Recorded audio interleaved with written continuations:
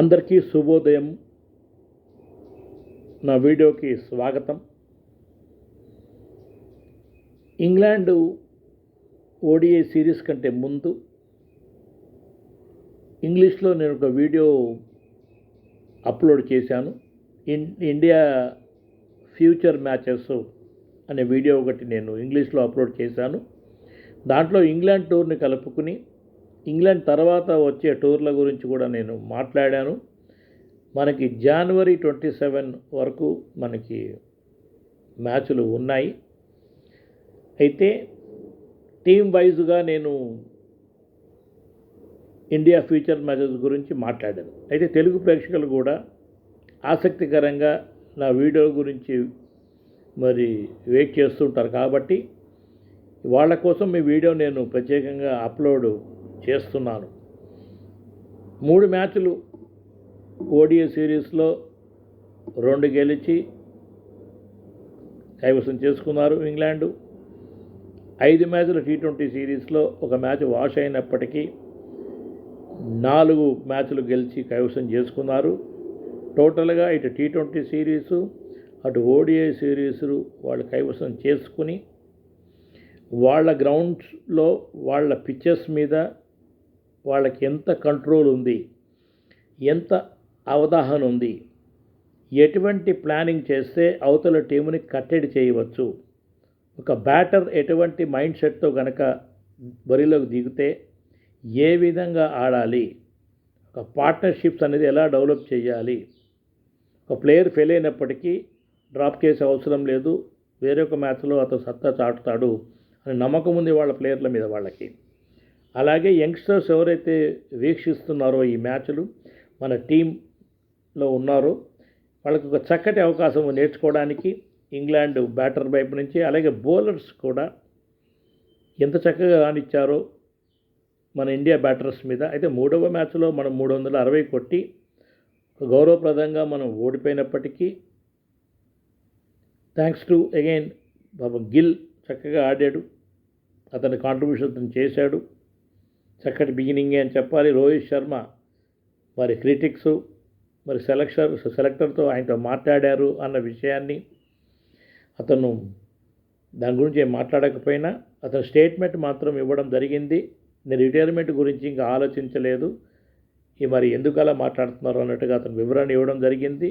అయితే రోహిత్ శర్మ మాత్రము సెలెక్టర్ అంచనాలకి విరుద్ధంగా అతను పర్ఫామ్ చేసి తనలో ఇంకా సత్తా ఉంది అన్నట్టుగా అతను ఒక ఉదాహరణ మాత్రం ఇచ్చాడు. అలాగే విరాట్ కోహ్లీ కూడా నాలో ఇంకా బ్యాటింగ్ మిగిలి ఉంది, రన్నింగ్ బిట్వీన్ వికెట్స్ ఎన్నోసార్లు విరాట్ కోహ్లీ సింగిల్స్ని డబుల్గా కన్వర్ట్ చేయడానికి ప్రయత్నించాడు. అయితే రోహిత్ శర్మ అప్పటికే అలసిపోయి ఉన్నాడు కాబట్టి ఆ సింగిల్స్ని డబుల్స్గా వాళ్ళు కన్వర్ట్ చేయలేకపోయారు. కానీ Virat Kohli body language, batting skills చూసినట్టయితే ఇంకా విరాట్ కోహ్లీలో బ్యాటింగ్ ఉంది అని మాత్రం అతను కూడా డిస్ప్లే చేశాడు. ఏది ఏమైనా వాళ్ళని మనము ఒక 25 నుంచి 30 రన్లు ఎక్కువగా మనం వాళ్ళని కొట్టనిచ్చాము. అదే డిఫరెన్స్ తోటి వాళ్ళు మనని ఓడించారు. బౌలర్స్ విషయంలో మరి ఎంత మెళకువలు మనం నేర్చుకోవాలి, ఎటువంటి పిచ్ మీద ఎలా మనము అవతల ప్లేయర్ని కట్టడి చేయాలి అనే ఒక లెర్నింగ్ ప్రాసెస్ మాత్రము మన బౌలర్లకి దొరికింది. కుల్దీప్ యాదవ్ని ఎందుకో ఆడనివ్వలేదు. శివం డూబే ఆఖరి మ్యాచ్లో లేడు, టీం కాంబినేషన్ సరిగ్గా లేదని చెప్తున్నాను. అయితే హర్షదీప్ సింగ్ని ఆడిచ్చారు. జస్ప్రీత్ బుమ్రా అనే బౌలర్ ఒక్కడే రాణిస్తున్నాడు.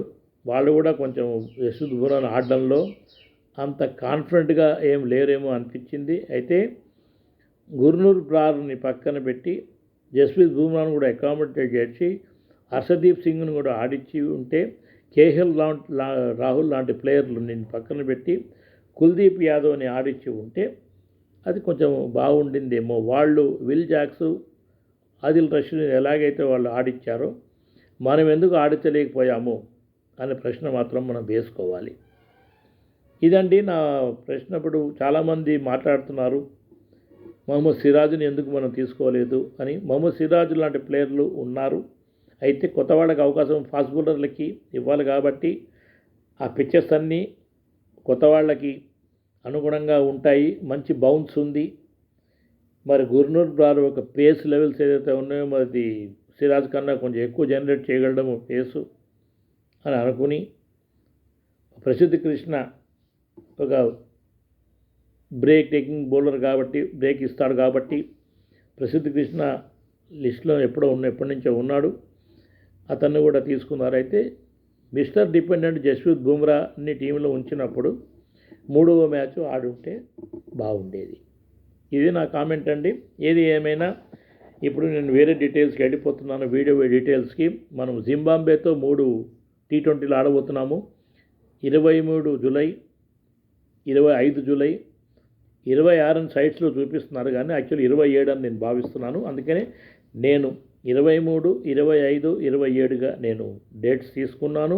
అయితే హరారే స్పోర్ట్స్ క్లబ్లో 3 మ్యాచ్లు ఒకే పిచ్ మీద ఆడుతున్నాము. అయితే pitch condition point of view మాట్లాడినట్టయితే ఇది ఒక ఆర్టిఫిషియల్ టర్ఫ్ ప్రిపేర్డ్ పిచ్చు.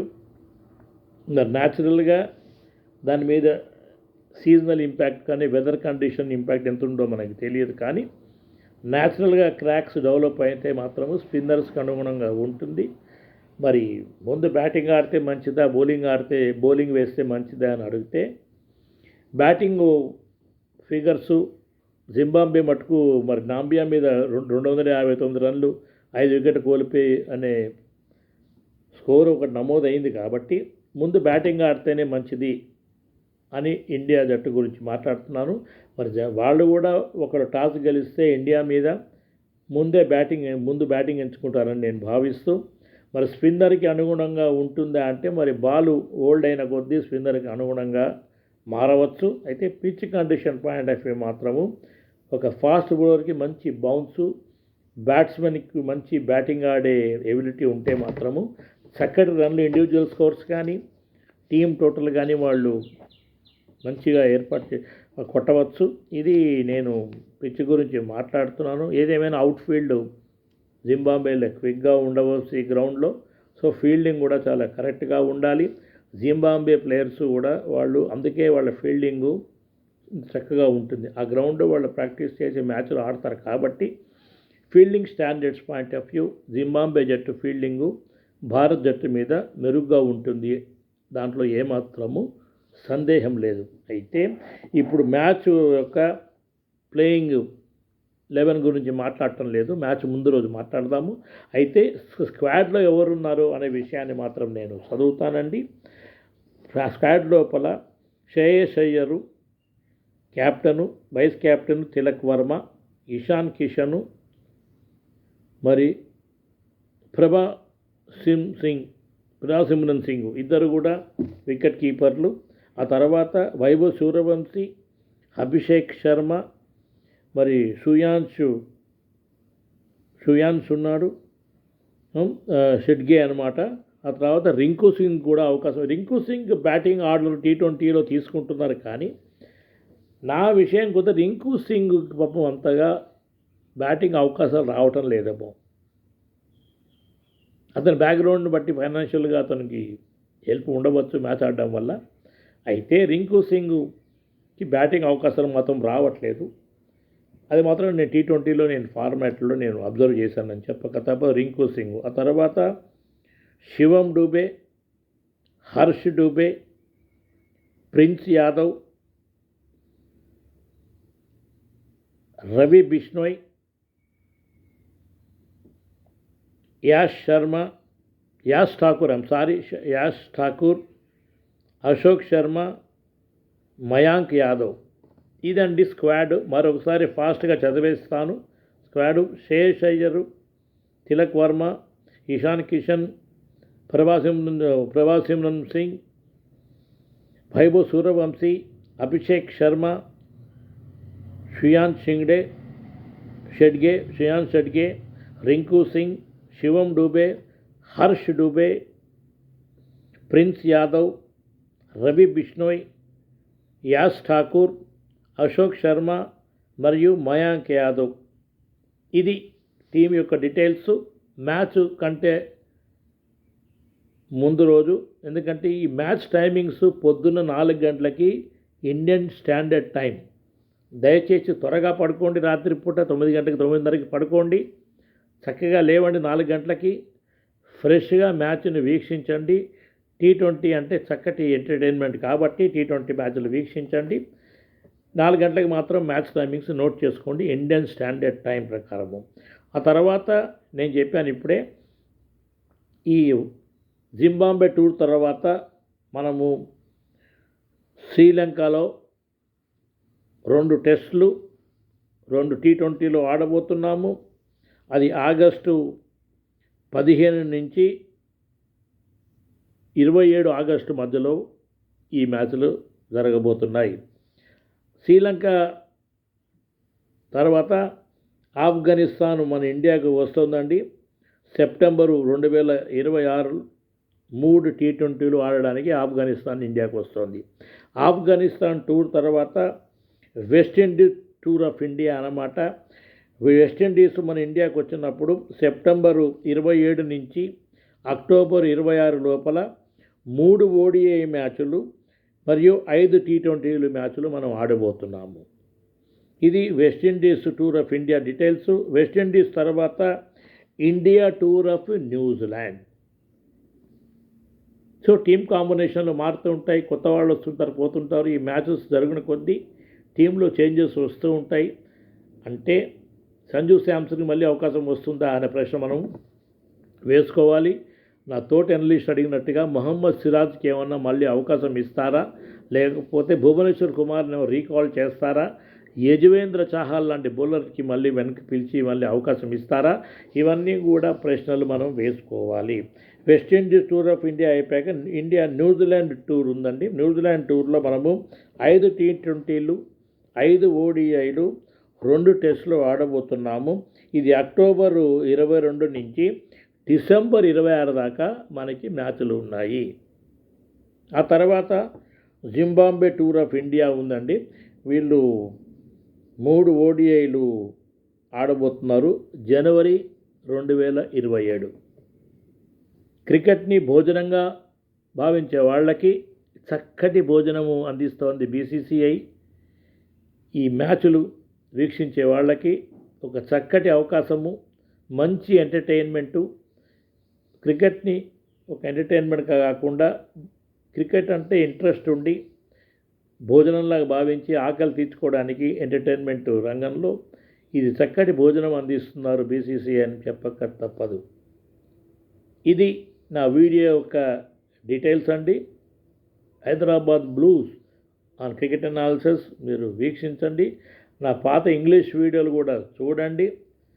ఇండియా ఫ్యూచర్ మ్యాచెస్ అనే టైటిల్ తోటి నేను లాంగ్ బ్యాక్ ఇంగ్లాండ్ టూర్ కంటే ముందు వీడియో అప్లోడ్ చేశాను. అదే వీడియో నా తెలుగు ప్రేక్షకుల గురించి ఈ వీడియో రిపీట్ చేశాను. goodluckprasad@gmail.comకి మీరు నాకు మెయిల్ చేయవచ్చు. నేను మీ ప్రశ్నలకి సమాధానాలు చెప్తాను, డిస్కస్ చేద్దాము. క్రికెట్ ఇండియా లోపల ప్రాణంగా మారింది. ఏ స్పోర్ట్స్కి లేనంత ఇంపార్టెన్స్ క్రికెట్ మరి సంతరించుకుంది.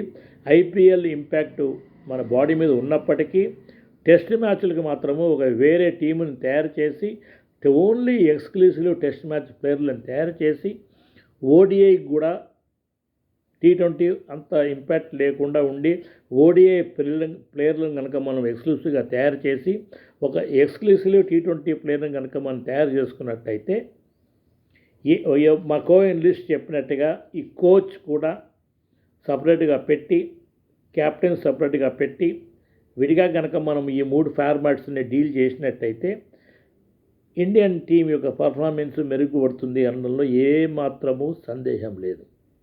దయచేసి నాకు రివర్ట్ బ్యాక్ చేయండి, నా వీడియోలు సబ్స్క్రైబ్ చేయండి, షేర్ చేయండి. నాకు ఏదైనా డౌట్ ఉంటే మాత్రం మెయిల్ ఐడి ఇచ్చాను కాబట్టి నన్ను కాంటాక్ట్ చేయండి. అందరికీ మరోసారి నమస్కారం.